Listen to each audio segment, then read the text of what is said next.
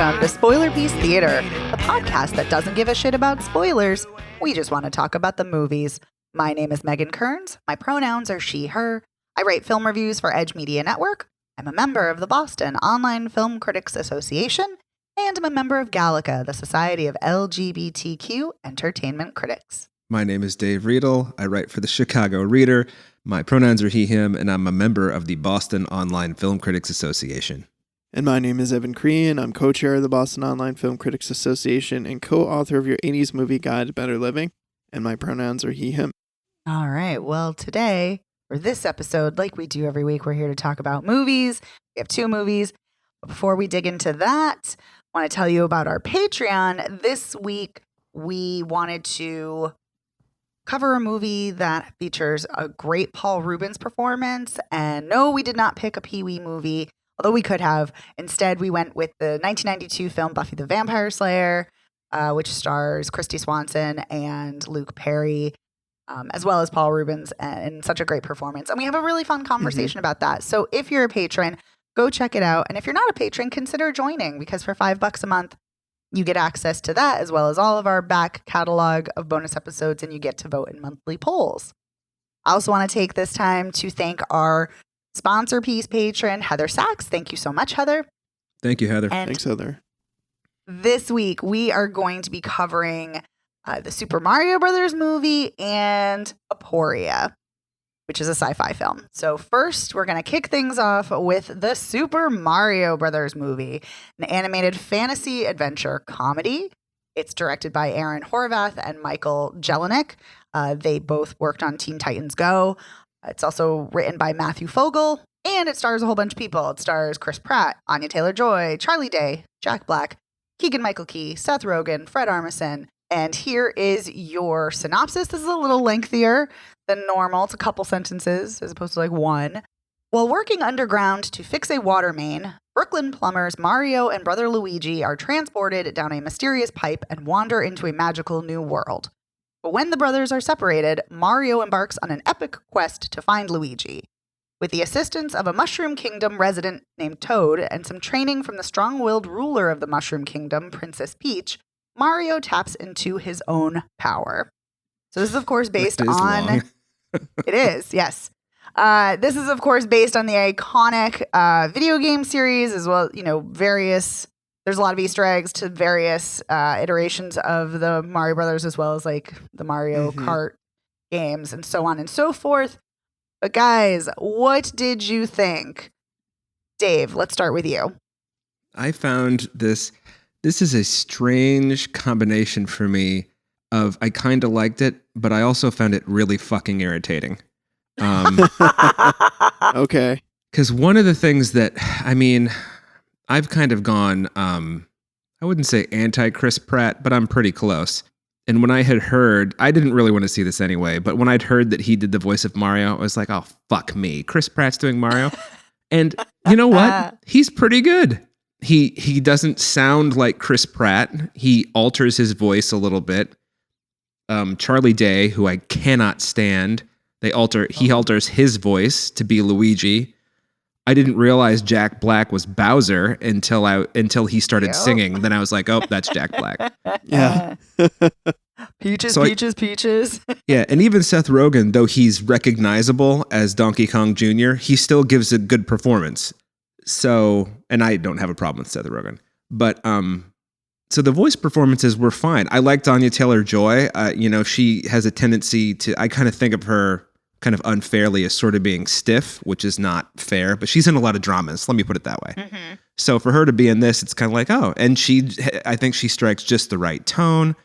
But some of the things that I had problems with were there are like if you're me and you've been alive for the entire Mario run, just to like watch shit you've seen a billion times is really, really fucking boring. The idea that the way they get to the Mushroom Kingdom, not that it needs to make sense, but it's just kind of like they walk into a pipe and then they're in the Mushroom Kingdom. It's like, what the fuck is this? It's like, it's just stupid. And then this is the thing that really drove me crazy. I could not get over. The pop music needle drops in this are so awful. And the editing of the songs is so awful. It just, like, for example, when they do the Mario Kart thing, when they first are going to go see, like, Fred Armisen, Mm-hmm. Take On Me is the song, right? Now, as far as needle drops go, not a terrible choice. But the way that it's sliced up, I mean, that song is that song, which everybody knows, and you could just, like, drop it at the beginning and just have it play on. You don't need to edit that song. Right, you know? But they do. They really cut it up. They butcher it. They did that to a couple other songs too. And then the ending, you know, they get back to Brooklyn, but they accidentally bring Bowser with them. And then they have to defeat Bowser in Brooklyn. And then everyone in Brooklyn was like, yeah, you defeated whatever. And it's like, bitch, you brought them here. What the fuck? You know, so it's just like, it was, I won't say that I was tired afterwards, but I was just like, God, what a fucking waste of time and resources. Like, I just really found it kind of bothersome. I don't, you know, and for reasons that are just kind of like, maybe they seem petty. I don't know, but it's just kind of like I just found this movie was wearisome. It was just like, oh, come on, fucking take this 45-year-old or 40-year-old property and try to do something new with it again. I mean, say what you will about the piss poor Bob Hoskins John Leguizamo movie. At least it is like a fucking weird. It's weird, and they're, you know, whoever wrote that was like, we're doing some weird shit and I don't give a fuck. You want to talk about mushrooms? I took them before I wrote this motherfucker. You know? Right. Yeah. So. That was in the era of 90s video game adaptations. That'd be a fun mini series of movies to talk about at some point. I know we've talked about video game movies on the show. We have. Yeah. But we haven't talked about terrible. Yeah, we haven't talked about how some of them are so far fucking away from what the game is, though. You know? Yes. Well, that is true. Yes. And that's one of them. And also just so bad. Like, choices you're just shaking your head like, why did they think that was the right direction to take this in? Oh, there Good was question. one thing that I thought was genuinely funny in this, and it was when it's in that room where everybody is in, like, the cage suspended above the lava.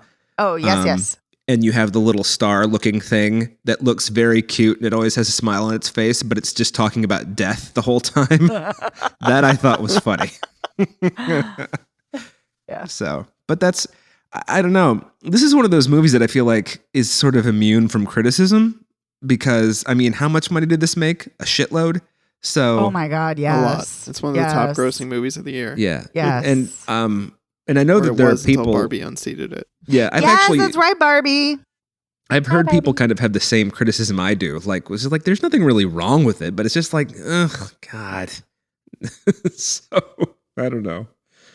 Kind of feel about this the same way I felt about Buffy. Spoiler. Actually, I didn't feel exhausted watching Buffy, but yeah, I don't know. I don't have a lot of good things to say about this. And I can't say skip it either because it's like, you know, Mario belongs to everyone, right? So make up your own mind. So, All right, Evan, what do you think? Well, I certainly enjoyed this more than Dave. I actually enjoyed this a lot more than I expected to, even. Oh. I found this largely very entertaining, although I do diverge from you, Dave, in a few places. One is that I don't find the main cast of voice actors very good or very interesting at all. Huh. I don't think Chris Pratt's good. I don't think Charlie Day's good. I don't think Anya Taylor-Joy is good.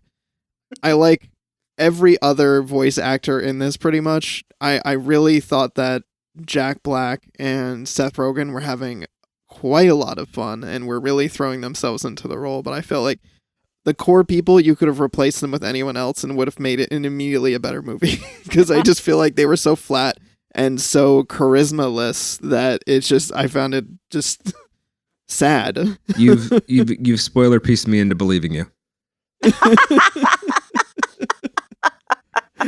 That's definitely one area where we diverge. I liked the music a lot. I like the choices, but I agree with you that they butchered it. They especially Take On Me. That was just a weird way to edit that song in a way that just didn't need to be done.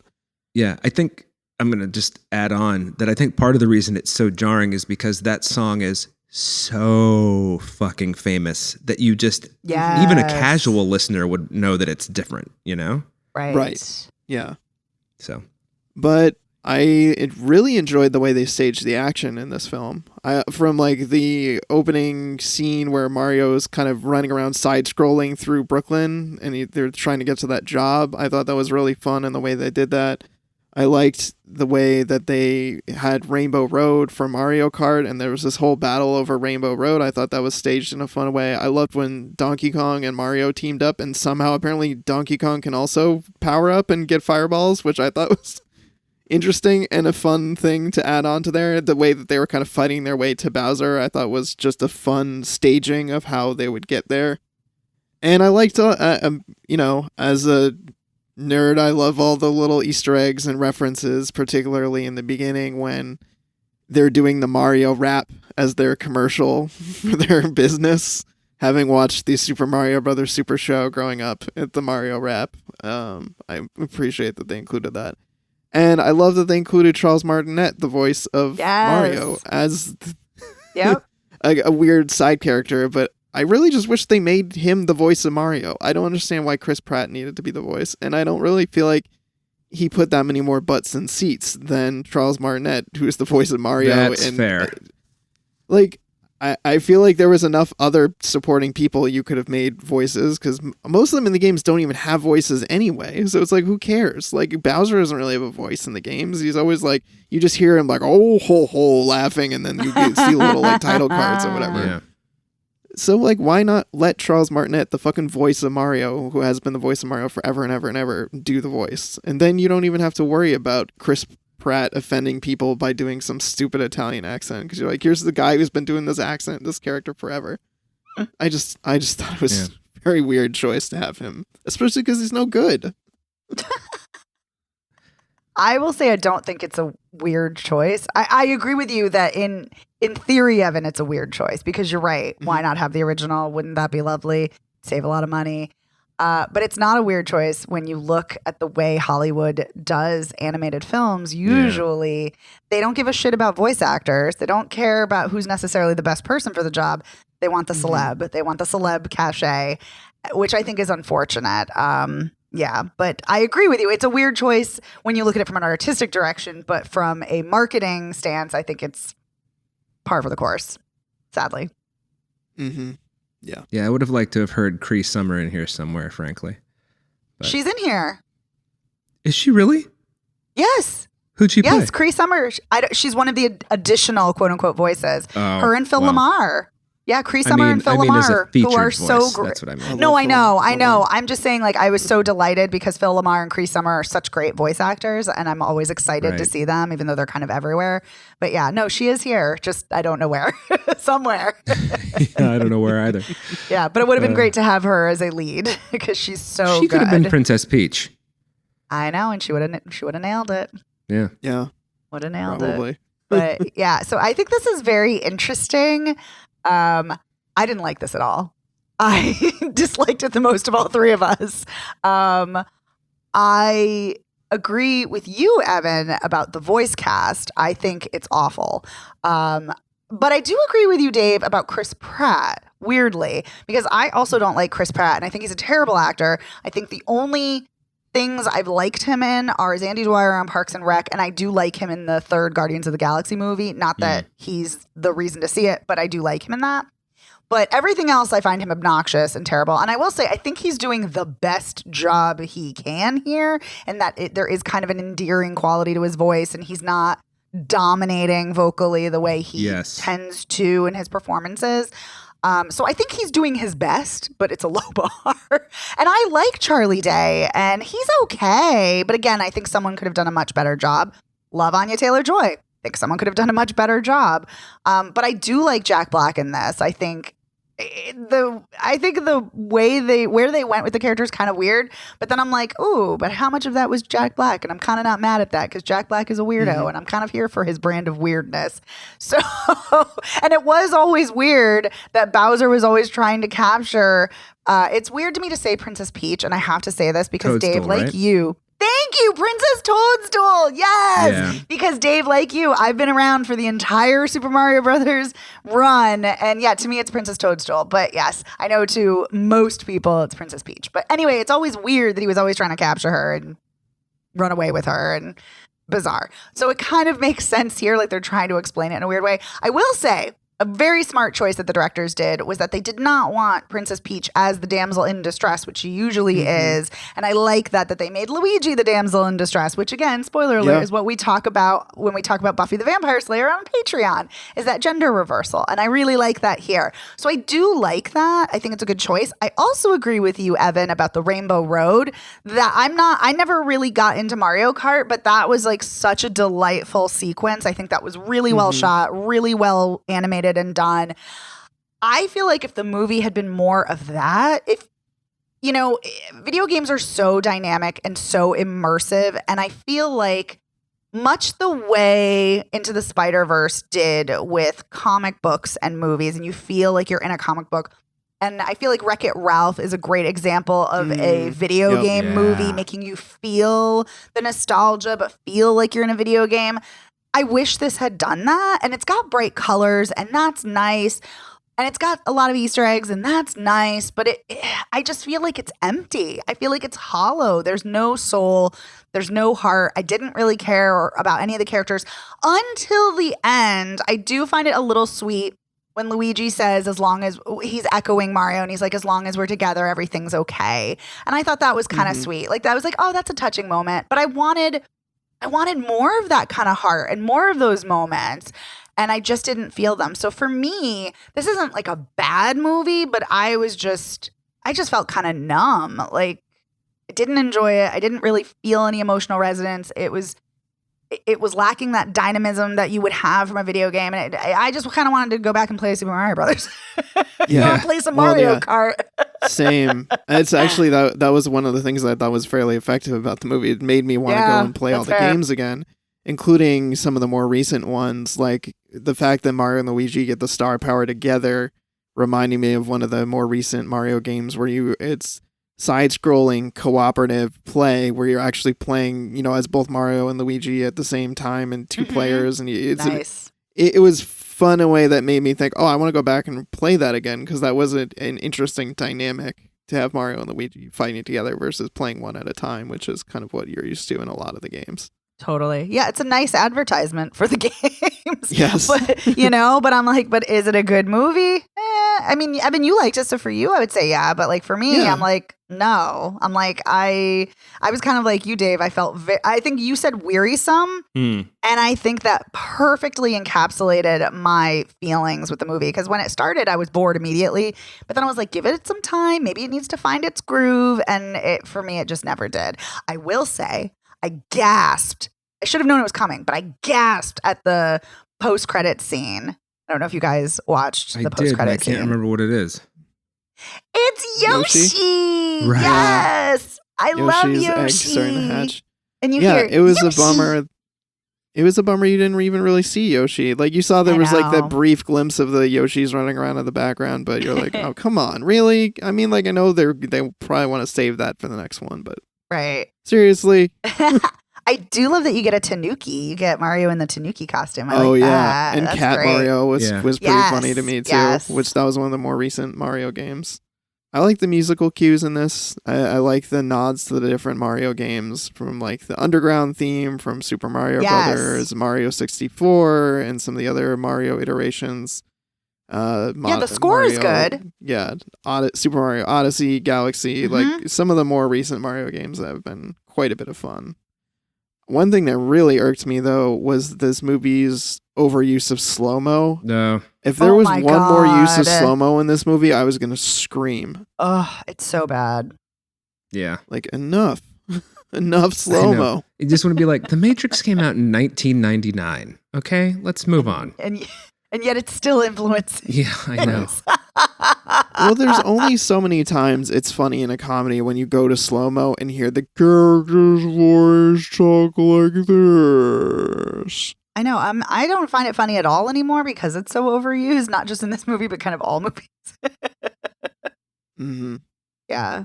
But speaking of the music, I want to back up for just a moment because you mentioned the score, Evan, which I did like. Yeah, the needle drops are brutal. And I have to say, I'm sorry, I don't, maybe because I've seen Guardians so many times, but to have Mr. Blue Sky, which is in Guardians, like really? You're going to have that here? Like, it was a an weird choice. Overused song. I really used to like that song, and now I'm just like, I think I've had enough. Yeah, I mean, there are lots of other songs out there, people. Find them, use them well. But yeah, anyway. Yeah, what a bummer. Well, for me, I was bummed out watching this. I wouldn't call myself an ELO fan, but I do like that song, but now I don't. So now it goes back into the camp with all the other ELO songs. It's better used in Guardians too. That was actually a really great use of it. I agree 100%. 100%. Because, I would argue that James Gunn knows how to use music very effectively in his films. But yeah. All right. Do we have any other thoughts? Nah. Evan, what about you? I found the Flame character really irritating. The I'm cute, but I'm talking about death all the star. time. Oh, you didn't like that one? I thought that was funny. No, I actually liked the star too. I'm with you, Dave. I liked the star too. I liked that the star then played saxophone in the credits. That was funny. Yeah. Thought that was cute. Yeah. Yeah. But see. Yeah, a lot of odd choices in this movie. Yeah. I don't know. Wonder what the next Super Mario Brothers movie will look like, because I'm sure they'll reboot this again someday. Well, first we get all the spin-offs first. There's 3 or 4 that they're talking about, so we'll get all those first. All right. Well, let's talk about Aporia. So Aporia is a science fiction film that had its world premiere at Fantasia Film Festival just a few weeks ago. It is written and directed by Jared Moshe, and it stars Judy Greer, Edie Gathegi, Payman Mahdi, and Faith Herman, Whitney Morgan Cox, and Veda Cienfuegos. And let me give you the synopsis that came with the press notes. Since losing her husband, Mal, in a drunk driving accident, Sophie has struggled to manage crippling grief. Oh, I hate when people use crippling like that, but crippling grief, a full-time job, and the demands of parenting her devastated teenage daughter. When her husband's best friend, Jabir, a former physicist, reveals that he has been building a time-bending machine that could restore her former life, Sophie will be faced with an impossible choice and unforeseeable consequences. In the press notes, it also defines what aporia means, which is 1, an expression of real or pretended doubt or uncertainty, and 2, a logical impasse or contradiction. Oh, so, that works into this movie in both definitions. Yes, it sure does. All right. What did you guys think? And since, Dave, you kicked it off last time, Evan, why don't you start? I really dug this movie. It's my favorite kind of sci-fi. Something that's kind of a very narrow concept that doesn't dwell too much on the technical pieces of how whatever the science fiction piece, in this case, time travel, works, and it's more about the human beings and the way they interact with it and the consequences of interacting with it and the emotions they experience and the complications that come and consequences that come from kind of tapping into science in a way that's not been done before or is kind of going against the laws of nature, so to speak. So I really like this a lot. I thought Judy Greer was great. I normally like her in things.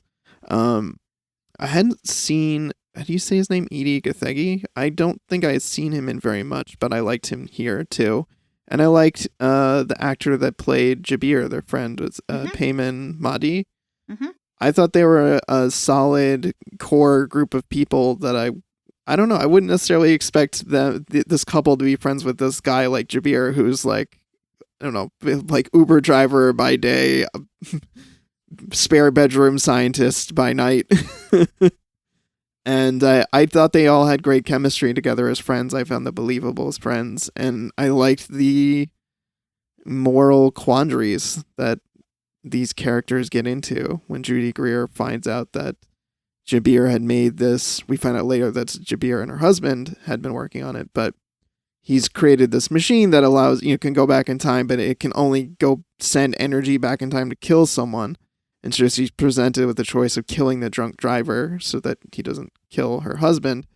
And she's just like, okay, just like hits the enter button. And then we start seeing like, all of the consequences of this, especially as they try to use the machine multiple more times and really kind of fuck things up. I like that the movie goes there, that, it's like they lose their kid. They have they've altered the timeline in a way that they have a completely different kid while they're trying to fiddle with things, and they have to face the fact that they have this kid that they don't know, because in the film, when they use the machine, they remember the previous timeline, but no one else around them does, and so they're just dropped into a new reality. So they have this kid that they don't remember anything about, and then Judy Greer is supposed to be at a parents' day going on stage performing Hamlet with her son, and she has no fucking clue what her lines are, and just totally has to bow out of it in this super embarrassing scenario. So I like that the movie goes there and has to have this couple grapple with the fact that they've fucked things up and created a situation where they have this kid that they don't know and have to just, I don't know. I like the sticky situations that the characters find themselves in. So anyway, I feel like I'm just rambling. So someone else, please say something. Save me. You're not rambling. You were doing fine. No, Evan, you were fine. But Dave, what did you think? Well, I liked this movie better the first 2 times I saw it, when it was called Butterfly Effect and About Time. Except this is a serious drama, and the Butterfly Effect is supposed to be a drama. Is that what the the movie with Donald Gleason? Yeah. Yes, it's About Time. Yeah, with Bill Nye. Yeah, it's a shitty movie. I can't stand that movie, but yeah, well, I just we can have a whole different. I agree with you. I'll bet you we dislike it for all the same reasons too. We probably do. And the Butterfly Effect is an interesting idea, but just a really bad execution. I'm going to disagree with you a lot on this, Evan. I do like spicy. the idea that this is also kind of my favorite kind of science fiction, in the sense that it's a scientific concept, but it deals more with the emotional ramifications of said concept than it does the science of it. Mm-hmm. Yeah. And it takes place in a contemporary setting as opposed to, the distant future or something like that. So it's more accessible in that way. Unfortunately, because the same thing happens in About Time. He goes back in time to a point and he gets a different kid, and he has to go and rectify that situation. And in this movie, it's kind of horrifying, but their reactions to it are so staid. It's the strangest, considering how Judy Greer reacts to everything else with such strong emotion, but with that, she's just kind of well, we can't raise this kid because this kid, we'll be imposter parents. She's totally rational in that moment, and maybe that's how it is with your kids. When you think about kids, and I've never gone back in time and woken up with 2 different children, so I don't know. But the thing that I could not get past was, we are sending particles back in time to kill people. I can understand the drunk driving thing. That I get, but then we're going to, and Jabir brings it up. He's like, we're going to kill the Bernie Madoff of Arizona, Mm-hmm.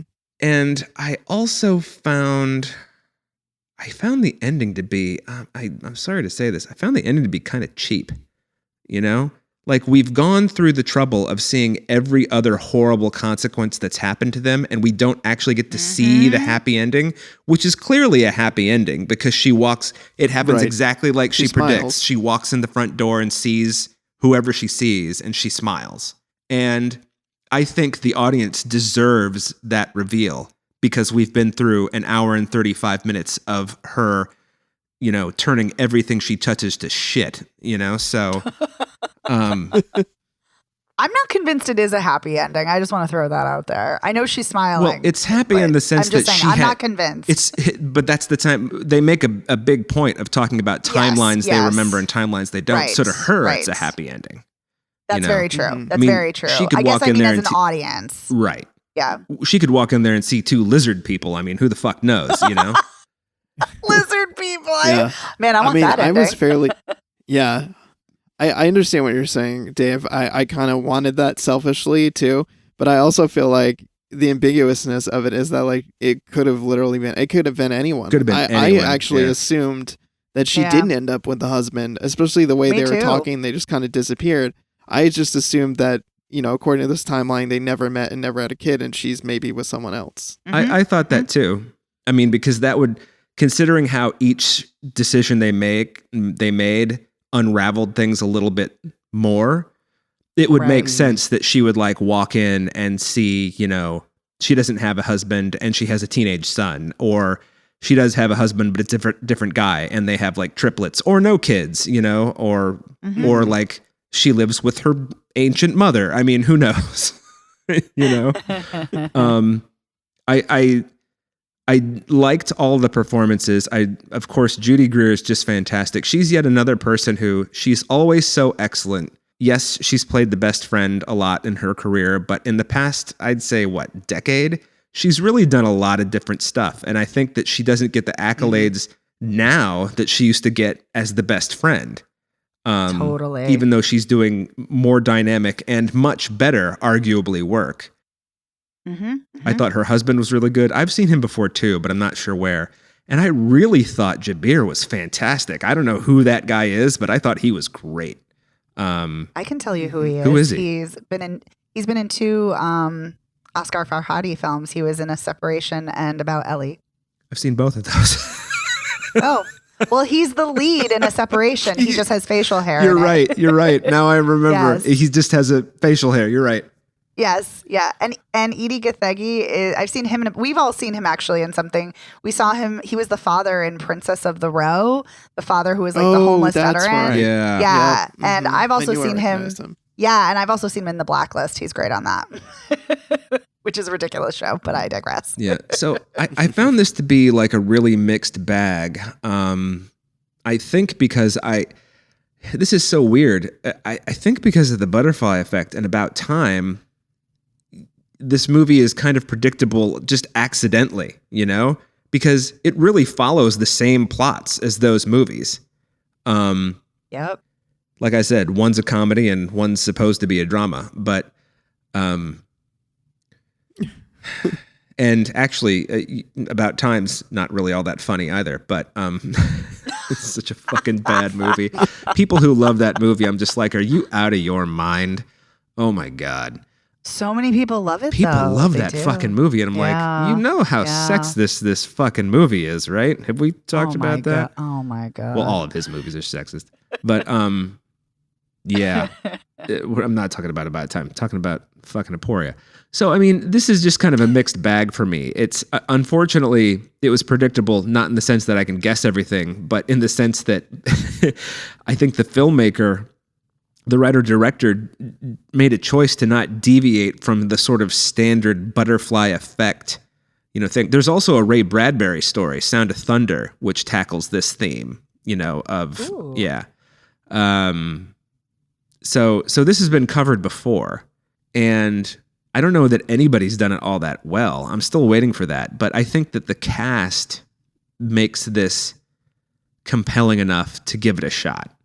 But there were lots of times when I was just like, okay, we need to stop crying and do something. So stop crying and do something. I like it. One thing that I do, and this is a character thing, this is actually a pretty good, this irritated me, but in a way that I kind of like. At the beginning of the movie when Judy Greer gets the call from the school that says her daughter Riley has been truant, basically, and so now she's suspended. And then whoever's on the other phone, the principal, the guidance counselor, whoever says, I know that your family's going through a terrible time, but it's been, almost a year. And it's like, I don't know if you've ever been around people, but grief works very differently for every person. Mm-hmm. Some people grieve for 6 days. Some people grieve for 6 years. You know, I think most psychologists would say to you that a year is about the time you start to feel some relief. But I sort of like what Chris Rock says about people who die unexpectedly. It's like, you don't ever get over it, but you do get used to it. You know, just you get used to them not being there, but it's still a pain, but it's still not any fun. So I don't know. Mixed bag. So. Well, the fact that guidance counselor or principal or whomever is talking about a 10 or 11-year-old little girl who lost her dad, like that's what I was like, wow, the insensitivity here is appalling. Like that was brutal. Yeah. Well, my mind is always kind of blown now that I have kids in school, like what they expect certain age groups to do. And some of it is completely reasonable, but some of it's like Henry does algebra. He was in 2nd grade. They're doing algebra in 2nd grade. Okay, well, I feel mathematically challenged. Yeah, I couldn't do algebra when I was 13. So, you know. Yeah, same. That's when I was doing algebra and I was having difficulties. Anyway, so it's just things that you notice. And some educators are completely, you wonder why they got into education, especially for young children. And other people are fantastic. So, you know, maybe this guidance counselor just fucking had enough of Riley. Who knows? But it is still a completely insensitive thing to say. And I've said enough about Aporia. So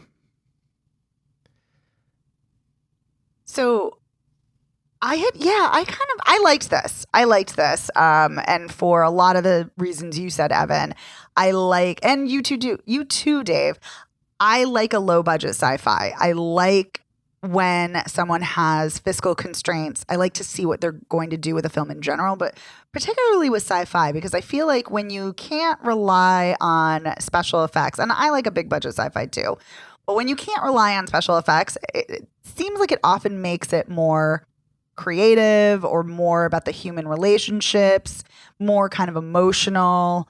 And I really do like that. And I like that we start from a place of grief, that she's just so burdened by her grief, but it's also such a commentary on capitalism and struggling, you know, to make ends meet with money. And Jared Moshe, the writer-director, said in his director's statement in the press notes that he got the idea for this film because he was struggling to pay his like health insurance or something, and he didn't know how he was going to pay for like his kids' college and other bills and so on and so forth. And I think that's such an interesting place to start for a film that is about grief and about the death of a husband and father and time travel. And, you know, he calls it a time travel movie with no actual time travel, which is really a fascinating concept too.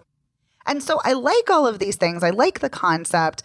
I do like like you said, Evan, I like the moral quandaries as well. But I feel really weird about the way they handle the moral quandaries. And even though the performances are great, all 3 of those actors are excellent actors. I love Judy Greer. I love seeing her in everything. I hope she continues to get just bigger and better roles, more complex and juicy roles. But there's something weird, kind of the like matter-of-fact way they all go about, like, well, we just got to kill this person. Well, we're just going to... And the way that they say it, too. They say, we're going to kill this person. Yes. They don't say like, oh, this person's going to disappear, or like, no, they're like, well, we're going to kill this person. And it's so matter of fact and it's so weird. And like, okay, when Jabir wants to like kill the school terrorist or mass shooter or something, okay, that kind of makes sense. But like everybody else is like just so weird. And I will say, I do like that Sophie, Judy Greer's character, has to kind of grapple with the fact that her decision to kill the drunk driver that killed Mal originally has taken away this woman's husband and this, little girl's father, and now they're struggling to make ends meet. And in this timeline, he was not an alcoholic. He was not a drunk driver. And like, that's awful. And so I like that she's kind of, twisted by her guilt, and she's trying to make amends, and she's trying to help out this mother.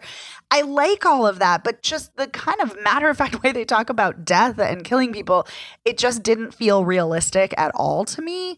But I like that they are having those debates, and I like that they're having those questions. But yeah, this was incredibly predictable to me. I predicted the entire movie, but that didn't bother me because it felt like a car crash, like an inevitability. Like this is the horrible ending we're marching towards. Yeah. Rather than like, oh, this is boring, it's predictable. Right. Like, no, it felt like, oh God, it's coming. Oh God, something more terrible is coming.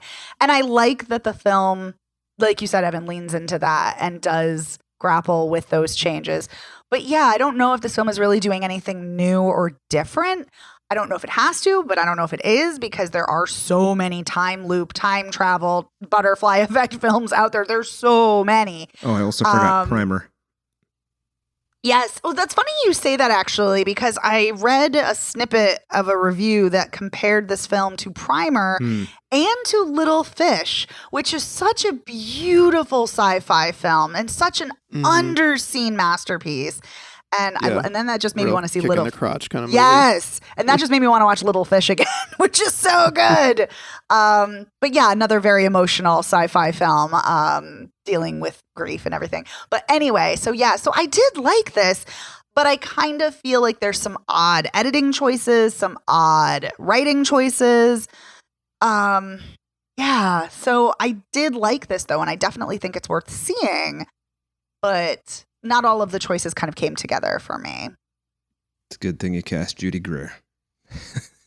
Yes. Yes. Indeed. Yeah. I think I felt similar to you in that even though I knew what was coming, it felt like an impending car crash. So I was bracing myself for it. And also like, all right, let's get to that part where they realize that they fucked up.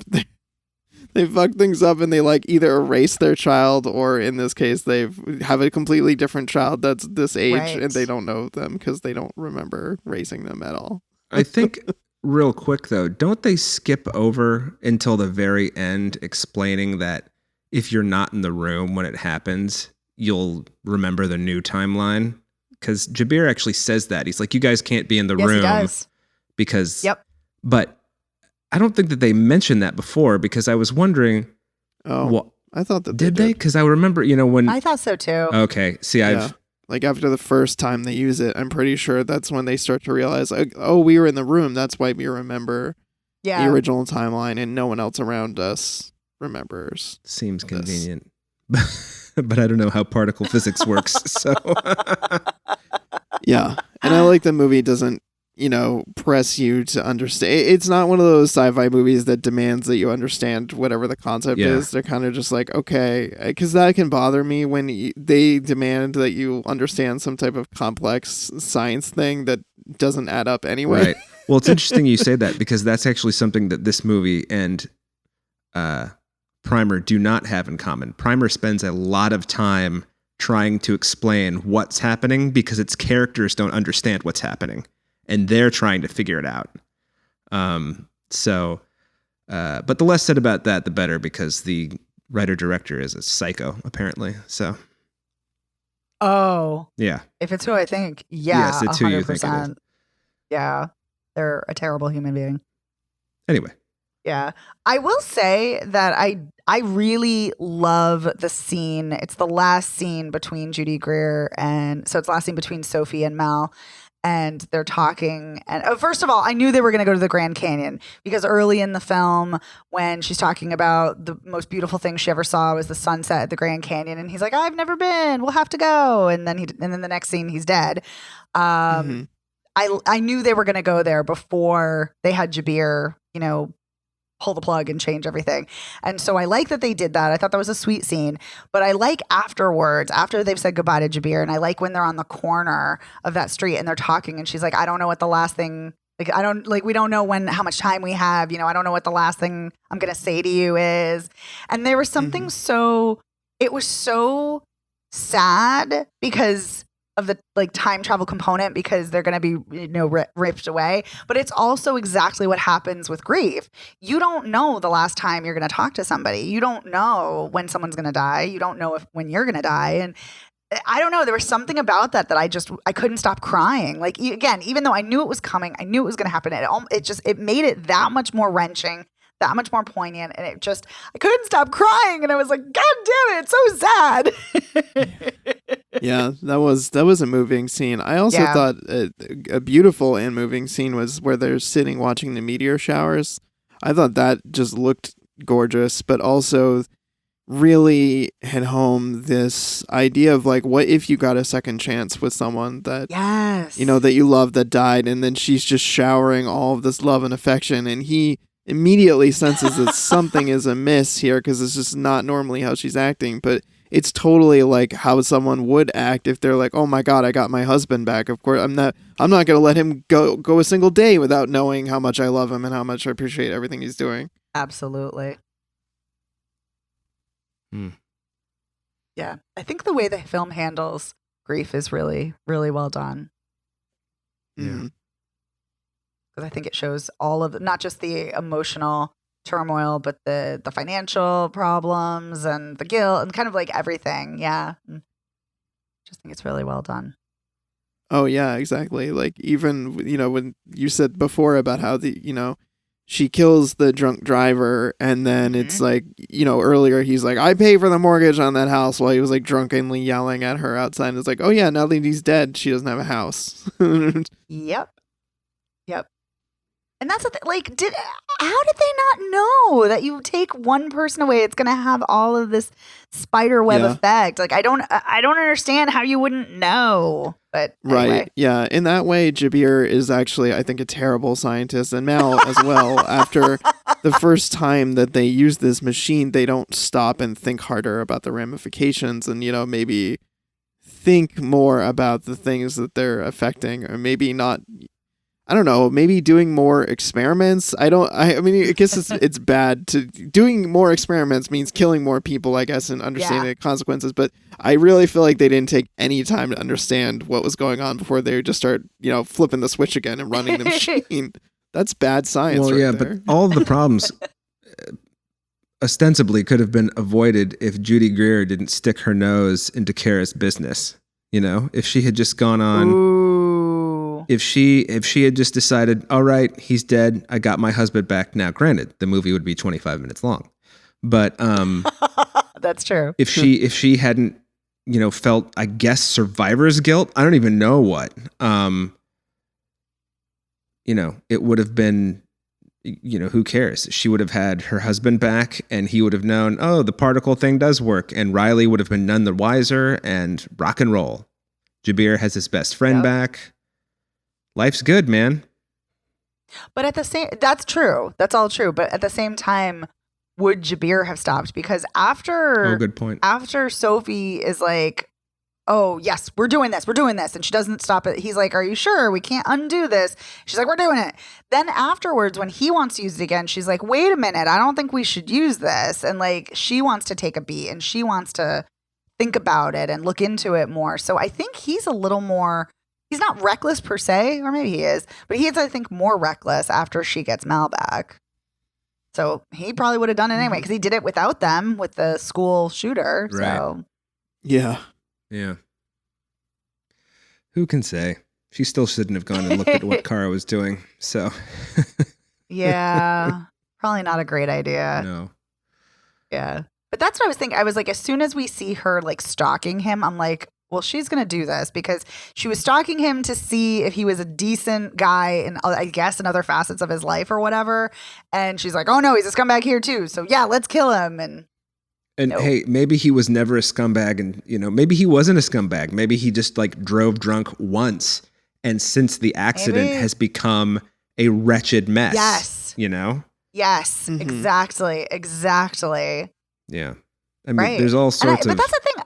Oh, there's all sorts of like moral questions, Yeah, well, I will say to the film's credit, I like that it doesn't do a lot of hand holding and it doesn't spell everything out. Like even the way we find out that Mal has died, we don't see him die. We don't see a funeral, which I feel like would be very stereotypical. Like we find out through the, call with the school. And so I like that we are getting these moral quandaries and these debates and these ethical issues without necessarily having our hand held. So I do like that. I selfishly wish they had shown us at least one person dying from this machine, like what it looked like on the other end when that energy wave came out or whatever. It's interesting you say that. I mean, I didn't feel that way, but that would be interesting. Yeah, it's funny that you say that because I was thinking when she's having a seizure, I was like, oh, is whatever the dude who was the drunk driver, Kara's stepdaughter, I was like, oh, is she having the pulse go in her head? Oh my God. That Yeah. would be terrible. I know. But I was like, but no, she didn't. But like when Sophie is reading about how the drunk driver guy died, it says he had a stroke. So I would imagine it looks like having a stroke. Boof. So that's what I chalked it up to. I was like, I don't need to see that because I'm sure it looks like it's having a stroke, which is awful. Yeah. But I like that you're morbidly Fair curious, Evan. Yeah. Show me how the time travel murder sausage is made. I want that t-shirt. Show me how the time travel murder sausage is made. Well, guess we got a new item to add to our TeePublic store. I think we should. It's amazing. That is amazing. Evan, that might be your best one yet. Oh, shucks. Nothing will top that. Do we have any final thoughts? I don't know if any of them will be better than that. I was one. just going to say that might be the best line of the night. So, Yeah. I know, right? Note. Mic drop. That's it. All right. Well, Evan, if you don't have anything final, no, you're not going to top that. I know. Why am I even wasting my time? Well, let's do a recap of whether or not we would recommend these. So Super Mario Brothers has started streaming on Peacock as of August 3rd. So it's streaming right now. It was in theaters beginning of April this year, and now it's on Peacock. Would you guys recommend it? I know, Dave, earlier you said Super Mario Brothers is for everyone. well, yeah, maybe. I mean, I said everyone owns Mario, I think. Yes, that's Mario true. belongs to everyone. Yes. I don't know. I don't think I can recommend it or not. This isn't even a your mileage may vary. This is truly just like, see it, don't see it, whatever. Your life's probably not going to change either way. Evan, do you recommend it? I would recommend it, yes. Okay, and I do not recommend it. I think there are better animated movies out there. But I guess if you're a diehard completionist, and you love Mario, gotta watch it. But I would not recommend it. Okay, and Aporia, which is in theaters now. Would you recommend it? Yes. Kinda? Yes, question mark? I don't know. I don't know why I find that so hilarious, but I do. I would also recommend this. I'm always here for contemplative, thought-provoking sci-fi and emotional sci-fi, and this is definitely that. So I would recommend it as well. Mm-hmm. All right. Well, we want to give a huge thank you to our amazing editor, Otto Clamor. Otto, thank you so much for making us sound so great week after week. You're the best. Thanks, Otto. Thanks, Otto. You can find Spoiler Piece Theater anywhere you get podcasts. We are at every single platform. You can also find us at our website, spoilerpiece.com. You can also follow us on social media. We are all over the place. We're at Spoiler Piece on Facebook, Twitter, Instagram, Letterboxd, TikTok, you name it, we are there. So yeah, follow us, say hi, let us know what you think. We love hearing from you. And speaking of we love hearing from you, you can email us or you can give us a call. At 862-21-PEACE. And I realized I did not say where you can email us. You can email us at spoilerpeas@gmail.com. You can give us a call, leave us a voicemail message, text us, let us know. Yes, Aporia is a sci-fi masterpiece. And yes, Super Mario Brothers is also an animated masterpiece. Or no, it's terrible. Or you are, lukewarm on it. But we do love hearing from you and we love hearing your thoughts. So please feel free to reach out. If you like the show, please consider rating and reviewing us. That really helps us get the word out about the show. You can go to ratethispodcast.com/spoilerpiece. That will take you to your preferred platform of choice. You can also just go directly to our page on Apple Podcasts. That helps us out a lot. Or you can also rate us on Spotify. If you really, really like the show, if you're a patron, thank you. And if you're not a patron, consider joining. As I said at the top of the show, we do bonus episodes every single week. If you join Patreon for $5 a month, you get access to each of our weekly bonus episodes, as well as our back catalog of almost 300 episodes. You also get to vote in monthly polls, which is always a lot of fun. And this week's episode, we talk about 1992 film Buffy the Vampire Slayer in honor of Paul Rubens. And yeah, we always have a great time. We have a great time on the show, but we also always have a great time on Patreon. So if you want more of this wild gang, come join us on Patreon. And our shenanigans. Yes, we do love our shenanigans. And speaking of shenanigans, my name is Megan Kearns. I write film reviews for Edge Media Network. I'm a member of the Boston Online Film Critics Association, and I'm a member of Gallica. You can follow me on Twitter and Blue Sky at Opinion S World. I feel like I'm Opinion S World somewhere else. I can't remember. And you can also follow me on Letterboxd and Instagram at The Opinion S. My name is Dave Riedel. I write for the Chicago Reader. I'm a member of the Boston Online Film Critics Association. You can follow me on Threads, Instagram, and Letterboxd. I'm Dave Sees Movies. And my name is Evan Green. I'm co-chair of the Boston Online Film Critics Association and co-author of your 80s Movie Guide to Better Living. You can follow me on Twitter, Instagram, Letterboxd, Blue Sky, and Threads as Real Recon. That's real as in film That's reel. real as in film reel. There's so many. Yes, I know. I feel like we should say that all in unison. It's real as in film reel. There's so many social media platforms to keep track of. It's like, wait, did I get them all? I probably didn't. But anyway, I digress. Thank you so much, everyone, and we'll see you next time. Thanks. Bye. Bye.